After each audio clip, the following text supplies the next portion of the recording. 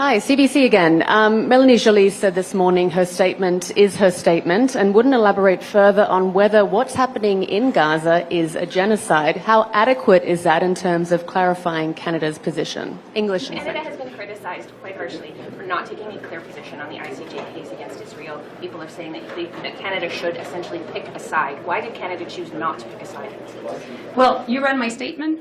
My statement is my statement, and the Prime Minister also gave his remarks last week. I have nothing else to add on that. What I can tell you is that we're following the case, and we will react to it as things evolve. Which position? She did not elaborate further. That's all I can give you, I'm afraid. Well, I have to figure out which position I'm to comment on, because Justin Trudeau has many different positions on the question that you raised.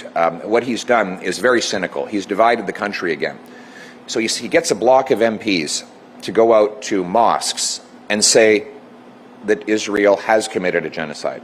And then he gets another group of Liberal MPs to go to synagogues and say that it's totally outrageous to suggest that Israel has committed a genocide. And he sits in the middle of the two and gives incomprehensible statements.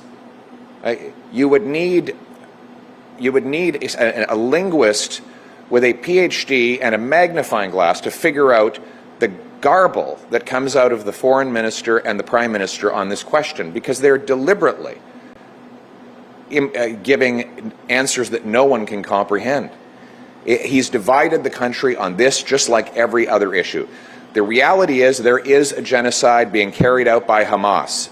I don't have to accuse Hamas of committing genocide. They admit it. They proudly brag about it. It's in their charter. They have announced that as soon as the conflict ends, if they're still in power, they will relaunch another October 7th style attack with the purpose of eliminating all Jews from the Middle East, and they frankly would love to eliminate Jews from the rest of the world. This is a genocidal, homicidal, sadistic death cult. And everything I have just said are things that Hamas admits to.